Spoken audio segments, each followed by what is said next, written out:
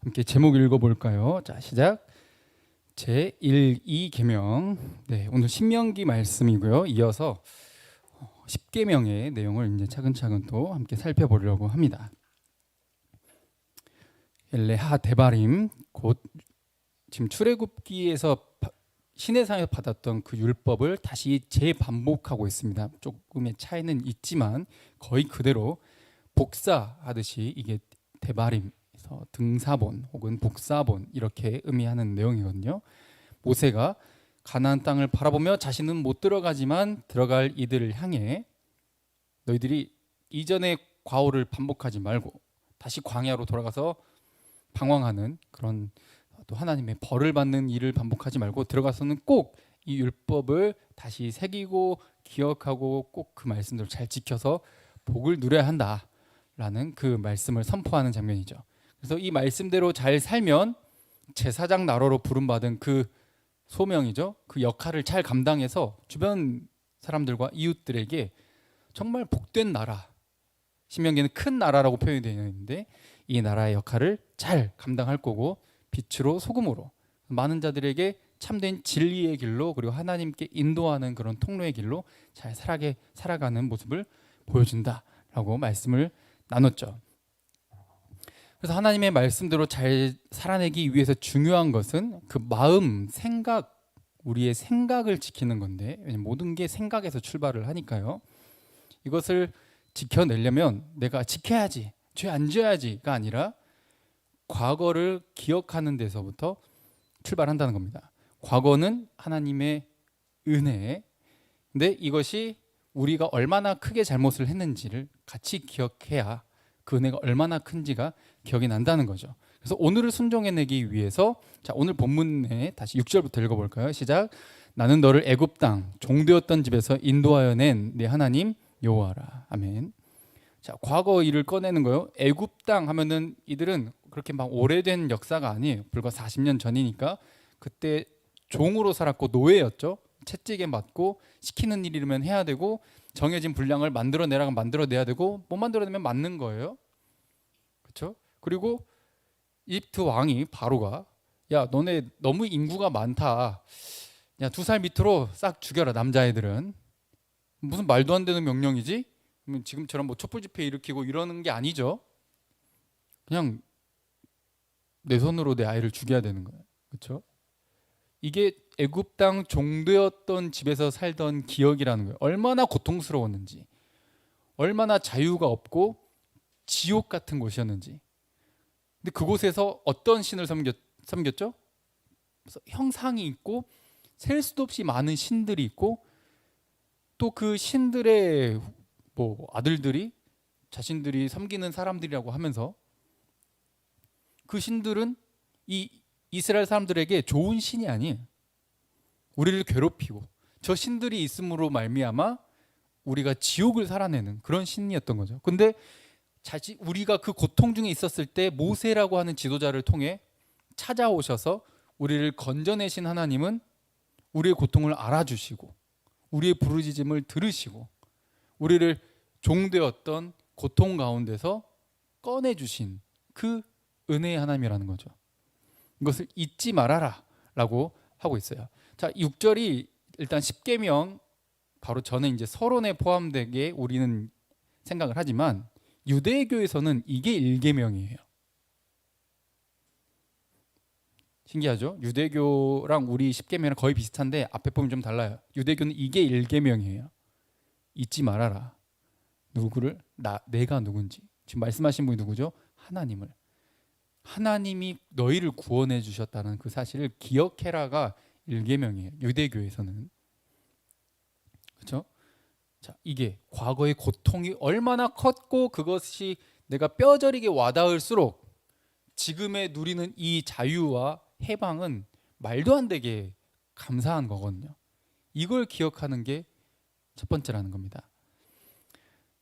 바로 내 삶에 찾아오신 개입하신 하나님. 우리 방금 찬양했던 것처럼 모든 것이 하나님 없이는 불가능한 내 삶의 구석구석을 개입하고 지켜보시는 하나님. 지금 출애굽을 거치면서 자 그림에 보이시죠? 6월절 10가지 재앙을 포함을 해서 6월절을 거쳤고 홍해 바다를 갈라주셨고 그리고 여기까지 오는데 광야를 사는데 구름 기둥 불 기둥으로 낮에는 구름 기둥으로 시원하게 해주고 밤에는 불 기둥으로 따뜻하게 하면서 항상 함께 하시고 보호하시고 인도하신 하나님. 근데 이 과정마다 오늘 본문에는 나와 있진 않지만 생략된 부분이 뭐죠? 우리는 계속 불평하고 원망하고 불순종했다는 사실. 그런데도 하나님은 너희를 결국 꺼내주셨고 여기까지 인도에 오셨다. 그래서 신명기에서와 시내산에서의 그 내용이 조금은 차이를 보이는 거죠. 막 출애굽한 기억이 시내산에서의 기억이었다면 신명기에서의 지금 이제 가나안 땅을 바라보며 하는 이 말은 더더욱 많은 경험을 했고 자신들이 얼마나 구제불능인 자들인지가 뼈저리게 와닿는 거죠. 그래서 새롭게 다가오는 거예요. 분명 같은 말씀인데 삶의 경험에 따라서 다르게 와닿는 거예요. 이게 놀라운 부분이거든요. 하나님의 말씀이 너무 많이 들었는데 저거 또 같은 소리 하네가 아니라 내 상황에 따라 다른 거예요. 내 삶의 경험을 통해 하나님이 다르게 다가오는 거예요. 그래서 머리로만 알 게 아니라 너의 삶에 반드시 너의 마음에 영혼에 새겨야 된다. 이게 유대교로 치면 일계명인 거죠. 여기서부터 출발을 하는 거예요. 그래서 은혜가 먼저다. 자, 앞으로 이제 이렇게 해라 라고 명령이 주어질 때 그 명령을 너희가 지키기 이전에 앞서서 은혜가 먼저다 라는 거예요. 이 십계명을 우리가 오해하면 안 되는 게 내가 이것을 못 지키면 구원에서 탈락하고 하나님의 백성에서 버림을 받거나 내가 지금 구원 못 받는다 이렇게 생각하면 곤란해요. 십계명을 지켜서 구원받는 게 아니에요. 애초에 출애굽기에도 오늘 본문의 신명기에도 앞서 강조되고 있는 것은 먼저 너희를 이미 인도하여 낸 하나님 여호와다라는 것을 강조하고 있다는 거예요. 이걸 잘 지키면 꺼내줄게, 이거 잘 지키면 출애굽 시켜줄게, 보호해줄게, 약속의 땅 줄게가 아니라 이미 구원받은 거예요. 이미 약속 받은 거예요. 그리고 종이었죠. 종이었다가 이미 하나님의 자녀로 하나님의 백성으로 신분이 완전 바뀐 거예요. 이집트에서는 종이었잖아요. 근데 하나님의 나라에서는 어떤 존재예요? 그의 백성, 그의 자녀, 그의 아들, 딸이 된 거죠. 신분 격상이 엄청나게 이루어진 거예요. 이미 신분이 바뀐 거죠. 이게 지금 나는 너를 애굽 땅 종이었던 데서 인도하여 낸 하나님 여호와다라는 그 사실 여기에 포함되어 있는 거예요. 이 내용이요. 자, 오른쪽 그림 보면은 요즘 신분 상승을 위해서 열심히 정말 죽어라 노력하고 계획 짜고 해야 되는데 이미 출발 자체가 다르고 저기 신분 상승을 하기 위해서 그러니까 요즘 눈에 보이지 않는 그 신분을 말을 하는 거죠. 내가 이 사회에서 그래도 역할을 하고 지위를 얻어내고 그래도 남들 못지않게 살아내기 위해서 어때요? 저 구름에 닿은 사다리. 근데 이 사다리도 중간에 보시면 알겠지만 온전치가 않아. 남들은 돈 타고 그냥 바로 올라가. 아예 사다리도 없어. 옆에 보시죠? 상황마다 다 달라요. 사람마다. 이 신분이 올라가기 위해서 뭐 조선시대 때도 뭐 신분이 좀 이제 변하는 경우도 있긴 했지만 이게 보통 일이 아니에요. 이거 극소수에 불과한 건 요즘 시대가 가면 갈수록 빈부격차는 심해지고 개천에서 욕 난다는 말은 옛말이래요. 요즘 개천에서 욕 못 나요. 욕 날 곳에서만 욕 나요. 출발이 달라요. 예전에 다 같이 못 살 때 그냥 열심히 노력한 사람이 이렇게 올라갔지만 그건 옛날 말이고 그래서 착각하면 안 돼. 요즘은 물론 노력해서 어느 정도 올라갈 수 있지만 그것은 정말 소수의 극소수에 불과한 것이고 그래서 우리 청소년 청년들 일단은 꿈을 가져. 학교에 다닐 때도 그런 소망을 막 심어줘요. 막 약속을 막 그런 희망을 심어줘요. 열심히 하면 네 배우자 얼굴도 달라질 거고 너가 사는 집도 달라질 거고. 근데 그게 말처럼 쉽냐고. 이제 20대 30대를 거치면서 뭘 느껴요? 초등학교 때는 꿈이 대통령이었다가 10대를 거치면서 대통령은 택도 없다라는 것을 깨닫게 되고 20대를 거치면서 일반 회사원 되기도 쉽지 않다는 것을 깨닫게 되고 30, 40대 거치면서 하루하루 평범하게 사는 것 자체가 기적 같다라는 것을 깨닫게 되는 거죠. 그런데 하나님께서 약속하신 건 뭐예요? 그냥 내가 찾아가서 너희를 꺼내 주었고 너희의 신분을 이미 바꿔버렸다는 거예요. 내가 노력해서 얻은 게 아니라 내가 앞으로 이 이후에 주어질 십계명을 지켜가지고 신분 상승을 이뤄낸 게 아니라 그냥 은혜로 바뀌었다는 거예요. 이것을 기억하는 게 첫 번째고 그래야 나머지를 해낼 수 있다라는 거죠. 감사해서 원하지도 않는데 막 억지로 막 하는 게 아니라 정말 감사해서. 자, 1계명 읽어볼까요? 밑에 말씀을 읽을게요. 말씀을. 자, 시작. 나 외에는 다른 신들을 내게 두지 말지니라. 아멘. 앞에 나가 누구죠? 이미 6절에 선언된 그 하나님이에요. 너희를 인도해낸 여호와 하나님. 그러니까 1계명만 딱 떼서 보면 안 되고 이게 전체적으로 같이 봐야 돼요. 그 구원의 하나님. 근데 1계명만 딱 떼고 보면은 안 믿는 사람들 봤을 때는 어때요? 와, 완전히 뭐 이기적인 신이구만. 이렇게 생각하기가 쉬운데 앞절을 보면 어떻게 돼요? 은혜로, 공짜로 너희를 사랑해서 구원해낸 하나님이라는 게 전제되어 있는 거죠. 그 하나님만 섬겨야 되는 게 1계명이에요. 자, 나 외에는 다른 신들을 너에게 두지 말아라 했을 때 다른 신은 어떤 신이다? 가짜다. 이 다른 신이 어떤 신이에요?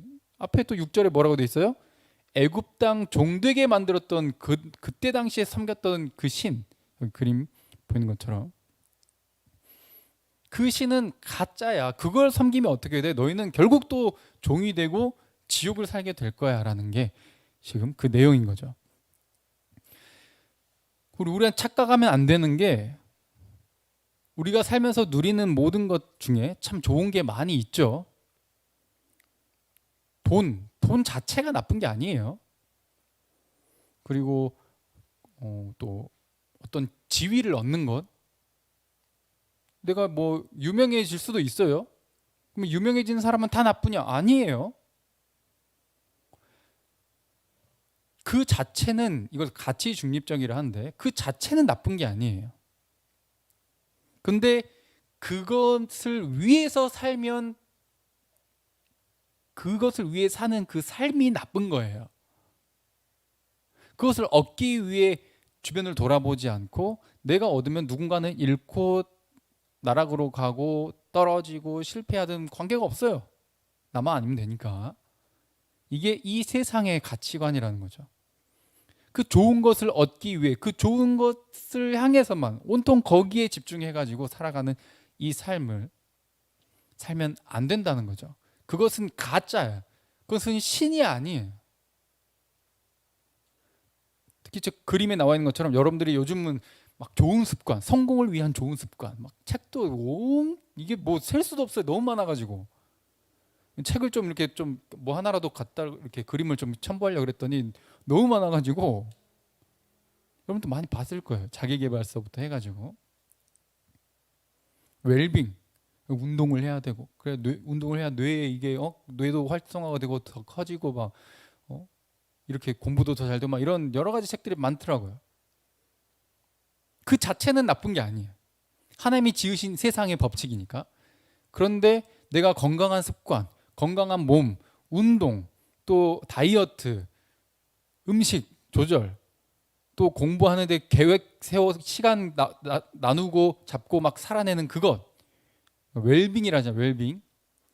이 삶 자체가 나쁜 건 아니지만 그것 때문에 얽매이고 하나님을 멀리하고 그것을 위해서 살게 된다면 그건 가짜를 섬기는 거라는 거예요. 내가 누려야 되는 거지 섬길 대상이 아니라는 거예요. 누리는 것과 섬기는 것. 근데 어느 순간 이게 같이 혼합이 돼가지고 내가 누리기 위해서 사는 어긋난 방향을 가버린다는 거죠. 이게 어릴 때부터 꼭 기억하고 새겨둬야 돼요. 그리고 부모님들도 이것을 잘 가르쳐야 하고요. 함께 예배하는 모든 분들이 이것을 기억해요. 내가 부모가 돼도 아이들에게 올바르게 가르쳐야 된다는 것. 이 십계명은 신앙에서 사도신경, 십계명, 주기도문 이렇게 기본적인 그런 소양이죠. 가르쳐야 될 내용이에요. 매우 매우 중요하니까. 그 십계명 중에 나오는 것인데 말로는 알고 믿고, 그리고 항상 저는 이제 어릴 때 그 예배 시간에 이렇게 쭉 막 순서가 갈 때 반드시 읽었었던 내용, 예배 시간에 기억났던 게 십계명을 항상 읽었었거든요. 나 외엔 다른 신이 없어. 다른 거 섬기면 안 돼. 가짜는 안 돼. 근데 그냥 예배의 한 형식이고 순서에만 들어가 있을 뿐이지 공부 취업 여기에 목매게 만드는 분위기가 가득하다는 거죠. 그래서 그것을 얻으면 복 받은 거고 그것을 얻지 않으면 저주받은 거야. 뭔가 잘못한 거지. 잘못 섬긴 거, 기도를 안 했거나 교회를 뭐 주일 성수를 안 했거나 막 이렇게 단순하게 해석을 하는데 매우 큰 잘못이라는 거예요. 하나님이 누리라고 주신 것을 위해서 살다가 하나님을 위해서 살아야 되는데, 먹든지 마시든지 무엇을 하든지 다 하나님의 영광을 위해서 해야 되는데 내 영광 위해서, 내가 누릴 것을 위해서 사는 거지. 알바 왜 해? 누리려고. 말씀 읽고 기도하고 예배하고 이것보다는 알바를 해야 돼. 왜냐면 그래야 가방을 살 수 있고 옷을 살 수 있고 친구들이랑 놀러 갈 수 있거든. 내 주말과 휴일을 마음껏 즐길 수 있거든.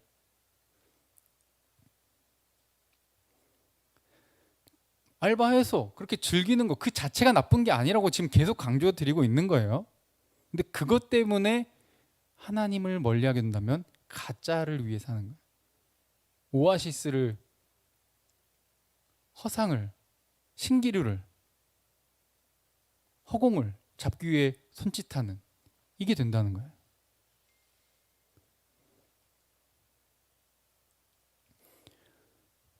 누리는 것과 섬기는 것을 오해하지 마세요.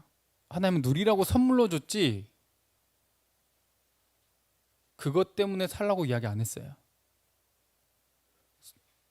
여러분들, 부모님들이 여러분들에게 예를 들어 생일이라고 선물을 줬어요. 근데 그 선물을 위해서 부모님은 안중에도 없어.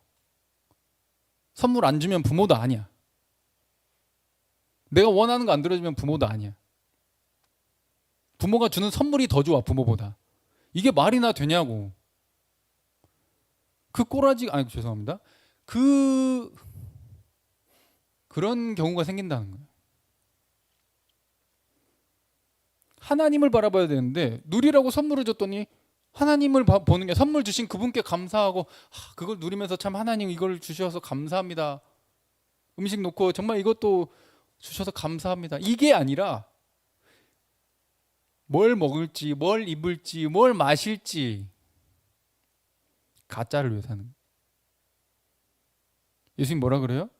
그거 다 하나님이 더해 주신다. 너희들에게 필요한 거 다 이미 다 아신다. 일용할 것을 주신다. 그리고 너희들이 구하고 기도해야 될 것은 그런 게 아니다. 진짜를 찾아라. 진짜를 섬겨라. 그것을, 모든 것을 주실 수 있는 분, 그 하나님을 바라보라는 거죠. 네, 그 하나님과 관계가 어때요? 하나님 주는 그, 하나님 손에 들린 그 선물만 쳐다보는 게 아니라 하나님 그분 자체를 구하는 것. 결혼할 때도 배우자의 뒷 배경을 보는 게 아니라 저 배우자가 집안이 괜찮네. 그럼 내가 결혼하고 나서 괜찮게 살 수 있겠구만. 여러분들 배우자가 여러분들 그럼 뒷배경 보고 결혼하면 좋겠죠. 어때요? 뒷배경이 없다면 여러분들을 싫어했을 테니까. 이게 뭔 사랑이야? 이게 뭔 관계냐고. 이용해 먹는 거야. 그건 지 자신을 위한 것이지. 거기 어디에 이웃 사랑과 배려가 있어? 어디에 희생이 있어? 하나님 나라의 가치관과 정반대되는 것이 너무 당연하게 여겨지는 이 세상이라는 거죠. 하나님과의 관계가 바로 그래야 돼요. 사랑의 관계여야 해요. 자, 이사야 54장 5절. 자, 시작. 이는 너를 지으신 이가 네 남편이시라. 그 이름은 만군의 여호와이시며 네 구속자는 이스라엘의 거룩한 이시라. 그는 온 땅의 하나님이라 일컬음을 받으실 것이라. 아멘. 너의 하나님이 지금 뭐라고 표현되어 있죠? 관계가 네 남편. 너를 구원한 네 구속자는 네 남편. 인격을 맺은 사랑의 관계라는 거예요. 자, 이게 나 외에는 다른 신들을 내게 두지 말지니라 했어요. 이 너에게란 말이 단수예요. 단수. 지금 수많은 백성들이 있는데 단수를 이야기를 하고 있단 말이죠. 너희들에게 두지 말아라고 분명히 이야기했는데, 왜냐하면 수없이 많은 백성들이 있으니까 너에게라고 단수를 이야기하고 있다는 거야. 단수 복수는 설명 안 드려도 되죠. 그 말은 뭐예요? 하나님과 이 수많은 사람들이 전부 어떤 관계? 1대1 관계.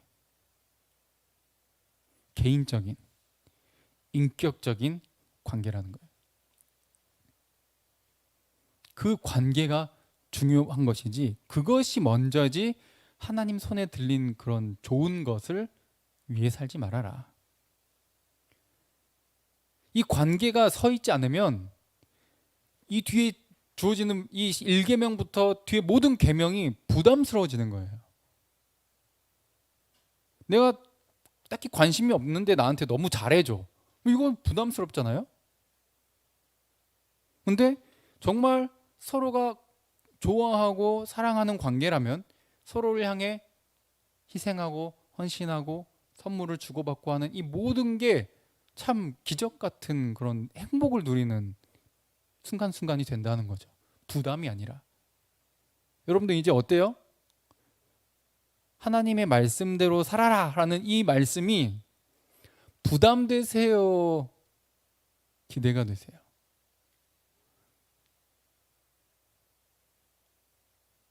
부담스럽다는 게 먼저라면, 그래서 오늘 이 10계명이 다시금 배워야 되는 내용이 아닐까.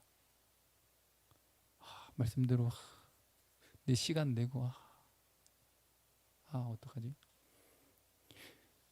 어때? 하나님과의 관계가 사랑의 관계여야 돼요. 그러니까 나 말고 다른 남편이 있으면 안 된다는 거예요. 그래서 유대교 1계명은 뭐라 그랬어요 아까? 이게 6절이 1계명이고 7절부터가 유대교에서는 2계명이에요. 다른 신들 너에게 두지 말라와 우상의 어떤 형상 만들지도 섬기지도 절하지도 말아라는 것이 합쳐져 가지고 2계명이에요. 유대교에서는요. 저희는 이게 2계명이지만 이게 지금 합쳐져 가지고, 그러니 하나님을 사랑하기 때문에 다른 가짜 남편, 다른 놈한테 가면 안 된다라는 거예요. 자, 2계명. 자, 8절부터 시작. 너는 자기를 위하여 새긴 우상을 만들지 말고 위로 하늘에 있는 것이나 아래로 땅에 있는 것이나 땅 밑 물속에 있는 것에 어떤 형상도 만들지 말며 그것들에게 절하지 말며 그것들을 섬기지 말라. 아멘. 이 우상 형상 만드는 것 금지, 이것은 이제 지난 시간과 지지난 시간에 계속 강조를 해왔기 때문에 여러 번 또 더 하지 않아도 괜찮을 것 같은데요. 여기서 지금 또 우리가 기억해야 될 것은 자기를 위하여라는 이 표현이죠. 너 자신을 위해서. 그리고 이 우상들이 섬겨지는 것, 우상을 만들지 말고, 형상도 만들지 말고, 절하지 말고 그것을 섬기지 말아라 라는 이 섬기지 말아라라는 이 표현, 이것이 수동태로 돼 있어요. 원어에는. 그죠? 명령어는 똑같은데 섬기지 말아라가 아니라 그것들이 섬겨지도록 내버려 두지 말아라 라는 거예요. 그런 표현인 거죠. 그러니 유혹이 수없이 도사리고 있는데 그 유혹에 넘어져서는 안 된다라는 것을 표현하고 있는 거죠. 하나님은 9절도 읽어볼까요? 다 시작. 그것들에게 절하지 말며 그것들을 섬기지 말라. 나 내 하나님 여호와는 질투하는 하나님인즉 나를 미워하는 자의 죄를 갚되 아버지로부터 아들에게로 3, 4대까지 이르게 하거니와. 아멘. 자, 오른쪽 그림 보이시죠? 예수님이랑 같이 있는 척은 하죠. 교회는 가는 척은 하죠. 헌금은 드리는 척은 하죠. 뭐 실제로 드렸다고 뭐 따질 수 있겠지만 마음이 없는 것은, 사랑이 없는 것은, 하나님이 부담스러운 것은 딴 데 마음이 가 있다는 거예요. 저는 저한테 하는 말이고 여러분은 여러분한테 하는 말이어야 돼요. 십자가 지는 게 부담스럽거든. 내 시간 내서 뭘 섬기기를. 바쁜데 학원 가야 되는, 알바 가야 되고. 은혜를 모르는 자의 태도, 그 삶이 자체가 나쁜 것이 아니고 충분히 그렇게 하시라는 거예요. 그런데 우선순위가 뒤바뀌고 하나님이 마음에서 멀어져 있고 하나님과는 몸은 여기 있지만 마음이 딴 데 가 있다면, 저도 그런 경험이 너무 많아요. 몸은 예배 자리에 앉아 있는데 생각이 다른 데 가 있는 거예요. 어제의 일, 예배 끝나고 나서의 또 보내게 될 시간들, 별 생각이 다 들어요. 그렇죠? 나만 그런 것처럼 지금 그렇게 생각하시면 안 돼요. 저 따위가 무슨 목사냐 이렇게 생각하시면 곤란해요. 우리 인간 똑같은 거예요. 그런데 여기서 보셔야 될 게, 죄를 그것을 갚으신데 질투하신 하나님, 질투하신 하나님이 어떤 하나님? 지난 시간에 봤었죠? 소멸하는 불. 아답과 나비오처럼 하나님 말씀대로 이렇게 예배하지 않았을 때 다른 불을 가져가지고 예배하자 그들을 이렇게 불태워서 벌하시는 하나님. 그러니까 이게 심판하시는 하나님이라는 거예요. 9절 이 내용은 이 계명과 붙여져 가지고 질투하시고 심판하신다라는 그 하나님의 의지를 나타내고 있어요. 죄를 미워하신다는 거죠. 근데 여기서 죄를 갚으시는데 아버지로부터 아들에게로 3, 4대까지. 우와, 이게 뭐야? 죄를 지었더니 이 아버지가 지은 게 이 아들이 자손이라는 뜻을 같이 갖고 있거든요. 자손에게 3대, 4대까지 한 방에 같이 죄의 그런 책임을 져야 되는 이런 말을 하고 있거든요. 이것을 보고 오해하시는 분들이 많아요. 와, 그러니까 이게 내가 지금 이렇게 잘못된 거는 우리 부모님 세대나 우리 조상들이 잘못해가지고 요 지금 생태가 돼버렸구나 라고 오해하시는데, 아니에요. 지금 이 말을 그렇게 해석하면 안 돼요. 아버지로부터 아들에게로랑 지금 위에 주황글색 글씨로 뭐라고 되어 있죠? 누구를 미워하는 자? 하나님을 미워하는 자. 그게 집안의 분위기가 되고 그게 흘러갔을 때 각자가 모두가 어디에 동참했다라는 거예요? 하나님을 미워하는데 똑같이 동참했다는 거예요. 하나님을 반역하는데 동참했다라는 게 전제되었을 때 지금 이게 표현되고 있는 거지. 아버지가 지은 죄를 무조건 아들이 다 넘겨받는다 이렇게 생각하시면 곤란해요. 그래서 아버지의 죄가 자식에게 자동으로 전가된다? 그리고 우리가 잘못 살고 있는 건 우리 부모님 때문이고, 내가 지금 잘 해내야 우리 자손 대대로 잘 먹고 잘 산다? 이게 바로 완전히 성경을 오해하고 하나님을 오해하는 잘못된 결과라는 거죠. 자, 고라 자손 옆에 왼쪽에 그림 보시면 민수기에서 우리가 함께 안타깝게도 넘어갔었던 내용인 것 같네요. 그런데 이때 모세에게 그리고 아론에게 대놓고 반역을 합니다. 고라와 다른 또 2명과 그 많은 사람들, 무리들이 왜 네가 지도자 하냐? 우리도 지도자 할 수 있다. 하나님께 물어보자. 막 이렇게 대드는 거예요. 그래서 하나님께서 갑자기 모세에게 말씀하셔서, 야, 걔네들이 있는 데서 빨리 나와. 다 비켜. 그래서 다 비켜서니까 이것을 하나님이 모세와 아론을 직접 택하시고 세우셨고, 반역하는 자들이 어떤 벌을 받는지 본보기다 라고 말씀하시면서 땅이 갈라져서 고라와 그 자손들을 집어삼킨 거예요. 그 옆에 있던 수많은 사람들이 그 장면을 보고 두려워 떨게 되는 거죠. 어떻게 하나님께 반역을 했더니 어떻게 돼요? 이 집안이 전체가, 그렇죠, 아버지로부터 아들에게로 3, 4대까지 한 방에 집어삼켜진 거예요. 벌을 받은 거죠. 심판을 받았어요. 봐라, 고라자손 이것만 봐도 아버지가 잘못하니까 아들까지 같이 다 이렇게 3대까지, 보통 이때 당시에 가족 단위가 대가족이고 3, 4대가 함께 몰려 살거든요. 그 텐트 치고 살고 있었으니까 지금 저때 당시에 그 장막이랑 같이 확 삼켜진 거예요. 말씀대로 됐네. 그러니까 이것을 어떻게 해석해? 네가 잘 못하면 네 자손 대대로 고통받는다. 아니라고요. 자, 이게 어떻게 된 건지 한번 봅시다. 과연 그렇게 성경이 말을 하고 있는지. 그래서 이 장면 하나만 딱 대고 보는 게 아니라 어떤 한 장면을 해석하기 위해서는, 성경을 제대로 해석하기 위해서는 성경 전체를 봐야 돼요, 여러분. 제가 아까 1계명만 보면 안 된다 그랬죠? 앞뒤 다 봐야 된다 그랬죠? 잘못 해석할 수 있게 된다는 거예요. 아버지의 죄가 자동 등가되는 게 아니에요. 물론 공동의 책임도 강조를 하고 있지만, 자, 신명기 24장에, 오늘 본문은 아니지만 좀 쭉 나중에 24장 내용이지만 한번 읽어봅시다. 시작. 아버지는 그 자식들로 말미암아 죽임을 당하지 않을 것이요 자식들은 그 아버지로 말미암아 죽임을 당하지 않을 것이니 각 사람은 자기 죄로 말미암아 죽임을 당할 것이니라. 아멘. 자, 아버지는 그 자식들로 말미암아 죽는다 안 죽는다? 안 죽는다. 자식이 잘못했다고 아버지가 죽는 거 아니에요. 근데 또 아버지가 잘못했다고 자식들이 죽임을 당하지 않는다. 분명히 같은 신명기 안에서 다른 내용이 나오고 있죠, 지금? 어때요? 그러면 앞에를 그렇게 해석하면 돼요, 안 돼요? 안 된다는 거예요. 각자의 책임을 강조하고 있는 거예요. 자, 오른쪽에 보면 N번방 사건 여러분들 기억하시죠? 근데 그러면은 N번방 사건을 이 주도하고 영상을 제작하고 이렇게 성착취한 얘네들만 잘못한 거야? 같이 본 사람도 잘못한 거야? 아니, 수요가 있으니까 공급이 있지. 보고 막 거기에 막 떼돈을 버니까 그런 걸 만드는 거 아니야.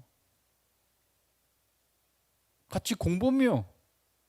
근데 나는 그거 안 만들었어. 우연히 눌렀다니까. 핑계가 안 돼. 공범이. 이게 뭐예요? 그 아버지와 아들이 공범이라는 거예요. 고라만 잘못한 게 아니라 이것은 뭘 지금 강조하고 있는 거예요? 그 집안 전체가 같은 마음이었다는 거예요. 그 아버지로부터 그 3, 4대까지가 모두 하나님을 반역하는데 동참했다라는 것을 전제하고 있다는 거예요. 그래서 각 사람은 자기 죄 때문에 죽임을 당하는 거지, 각자 그것 때문에 당하는 심판을 받는 것이지, 그 아버지 때문에 그게 뭐 죄가 전가되고 죽는다 이런 의미가 아니라는 거예요. 너무 많아가지고 이런 내용이 성경에 에스겔 18장도 여러분들 뭐 찾으실 수 있으면 찾아서 읽어보시기 바랍니다. 아빠가 신 포도주를 마셨어. 근데 아빠가 마셨으면은 누구 이가 시려야 돼? 아빠 이가 시려야지. 아빠가 마셨는데 아들 이가 시려? 이거 아니라는 거예요. 그게 성경에 나와 있는 내용이에요. 분명 공동체로서의 공동 책임도 어느 정도는 이야기가 되어 있지만, 왜냐하면 조상의 죄를 마치 내가 잘못한 것처럼 회개한 장면들이 나오기 때문에, 그럼 공동의 책임도 어느 정도 있지만 그들 잘못 때문에 밑에도 무조건 잘못된다라고 이렇게 해석을 하면 굉장히 큰 잘못이라는 겁니다. 그래서 히스기야 왕도 그렇고 요시야 왕도 그렇고 분명 그 아버지 세대 때 그 아버지 왕들이 전부 우상 섬기고 하나님을 반역한 왕들이에요. 그런데 어때? 히스기야 왕이 그것을 끊어내고 율법대로 살아가고 말씀을 지켜 하나님을 섬기니까 그때 복을 받는 거예요. 기도 응답을 받는 거예요. 또 요시야 왕도 어떻죠? 8살의 왕이 되었고 그 할아버지도 아버지도 전부 우상 숭배한 자들이지만 종교개혁을 일으켜가지고 우상 전부 산당 다 깨버리고 하나님을 잘 섬기자 요시야도 복을 받고 누리는 거예요. 그리고 아까 고라자손 봤었죠?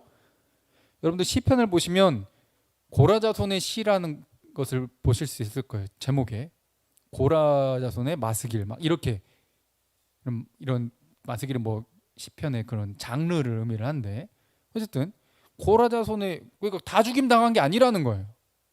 남은 자들이 있고 그 남은 자들은 어떻게 됐어요? 성전의 음악을 담당했어요. 그래서 시편도 많이 쓰였고 고라 자손의 그 시편이 실제로 시편에 많이 수록이 되어 있고요. 찬양, 음악을 담당을 했어요. 어때? 그 아버지 때는 반역해서 땅 갈라져 삼켜졌는데 그 자손들은 어떻게 됐어요? 하나님을 잘 섬겼어요. 복을 받았어요. 은혜를 누려요. 하나님을 섬기는데 귀하게 쓰임 받아요. 전혀 다른 사례들이 이렇게 있다고요. 또 이와 반대되는 사례도 있어요. 사무엘, 그렇죠? 선지자, 마지막 사사, 정말 얼마나 잘했어요. 하나님 정말 잘 섬겼죠. 근데 그 사무엘의 두 아들은 잘 못했어요.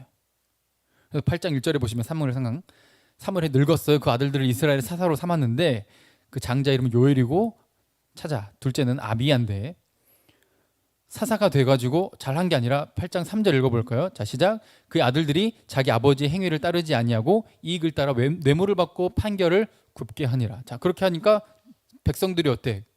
괴로운 거예요. 장로들이랑 이렇게 사람들이 모여가지고 뭐라고 이야기해요?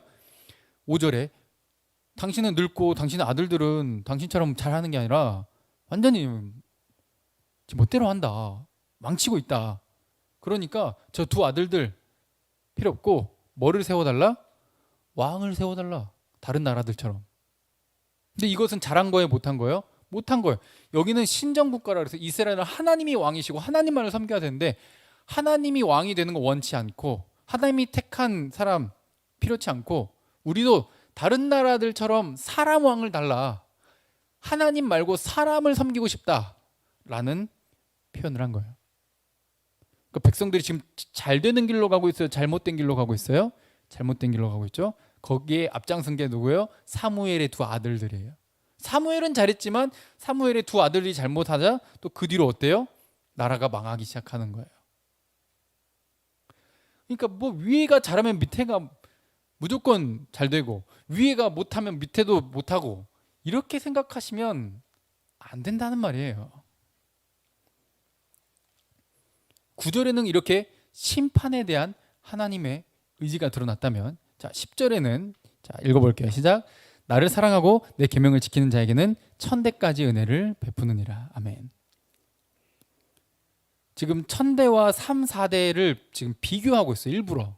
그러니까 3, 4대는 잠깐 좀 대단해 보이고 길어 보이지만 아주 잠깐에 불과하고 천이라는 숫자는 10, 7, 3 이게 히브리 문화에서 완전수를 뜻하거든요. 10의 세제곱이야. 그러면은 10과 세제곱이 들어갔으니 완전 영원을 뜻해요.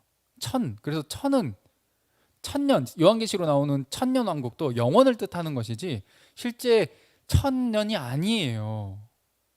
그렇게 해석하면 무식하게 되는 거라고요. 여기서 말하는 천도 3, 4대와 비교해서 하나님의 은혜는 그만큼 무한하다. 심판과 때리는 것은 잠깐 주시지만 천대 영원히 은혜를 베풀기를 원하시는 이 하나님의 의지를 나타내고 있어요. 이스라엘을 지금 뭐 했는데? 계속 반역해 왔는데 말 지지리도 안 들었는데 종되었던 데서 꺼내줄 뿐만 아니라 뭐까지 약속해? 말씀을 잘 지키고 그 하나님의 뜻대로 잘 순종하고 살아가면 대대로 은혜를 누리게 하겠다라고 약속하는 거죠. 그래서 이 약속이 다윗에게 주어졌고 실제로 다윗의 왕조 속에서 몇 명 빼고 아까 나왔던 그런 몇 명 빼고는 전부 하나님을 배반하고 반역하고 우상 섬겼거든요. 그런데도 그 왕조가 이어진 것은 이 약속 하나님의 다윗에게 하신 그 약속. 다윗이 하나님을 잘 섬겼기 때문에 그 자손이 함께 누리게 되는 거예요. 하나님이 떠나시지 않고 함께 하는 거죠. 함께 했기 때문에 잘못하면 선지자를 보내서 충고하고 또 때리고 또 벌을 주시기도 하고 다른 나라로 포로로 잡혀가기도 하지만 또 기억해서 다시 불러 모으시고 다시 성전이 회복되게 하시고 결국 그 다윗의 아들을 통해 누구를 보내주셨어요? 예수 그리스도를 보내주셨잖아요. 할렐루야. 이게 은혜예요.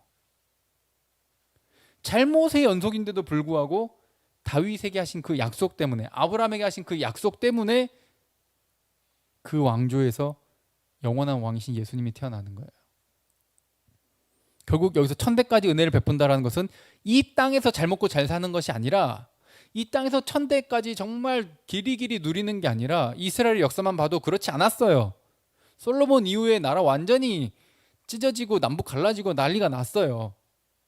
그렇게 됐지만 자기들이 잘못했기 때문에, 그럼에도 불구하고 하나님은 기억하고 계셨고 그들을 회복하길 원하셨고, 결국 회복하고자 하는 그 나라와 그 주시고자 하는 천대까지의 은혜는 영원한 생명이었어요.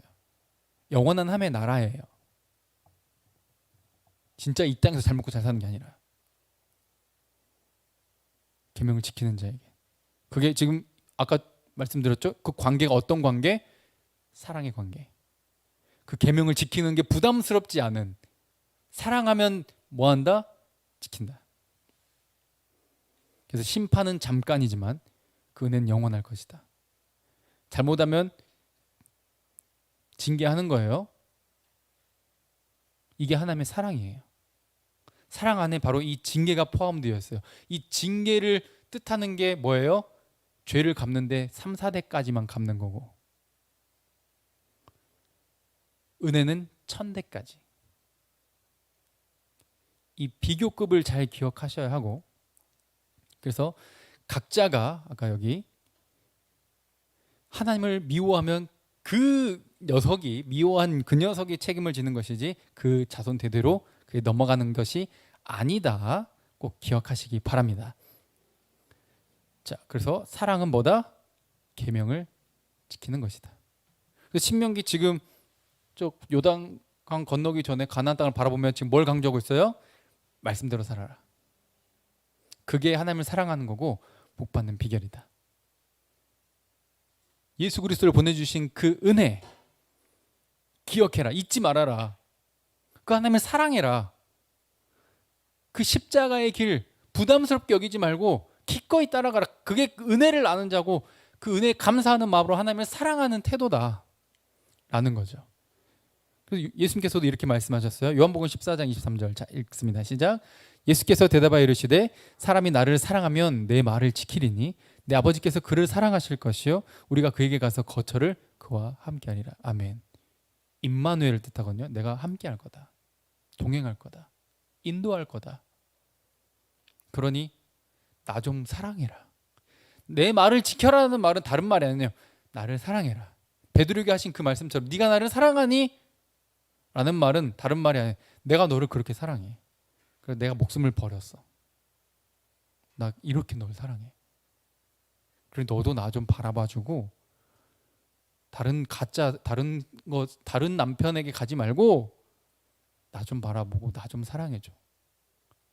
이 하나님의 간절한 외침이에요. 그래서 네가 지옥을 살아내는 것도 지옥에 가는 것도 원치 않아. 난 너가 복을 받고 영생을 누리고 대대로 그렇게 나와 영원히 누렸으면 좋겠구나 라는 하나님의 초대라는 거죠. 한번 읽어볼까요? 마지막 세 가지. 자, 시작. 기억하고 사랑하고 지키거라. 바로 이 사랑의 관계 속에서 부담스럽지 않게 하나님이 누구신지를 기억하고 하나님만 따르는 이 삶을 통해 참된 복을 누리시길 바랍니다. 이 모든 것의 근간은 은혜를 기억하는 것, 먼저 베풀어 주신 그 사랑에 감격하고 감사하는 데 있다는 것입니다. 함께 찬양하고 기도할게요.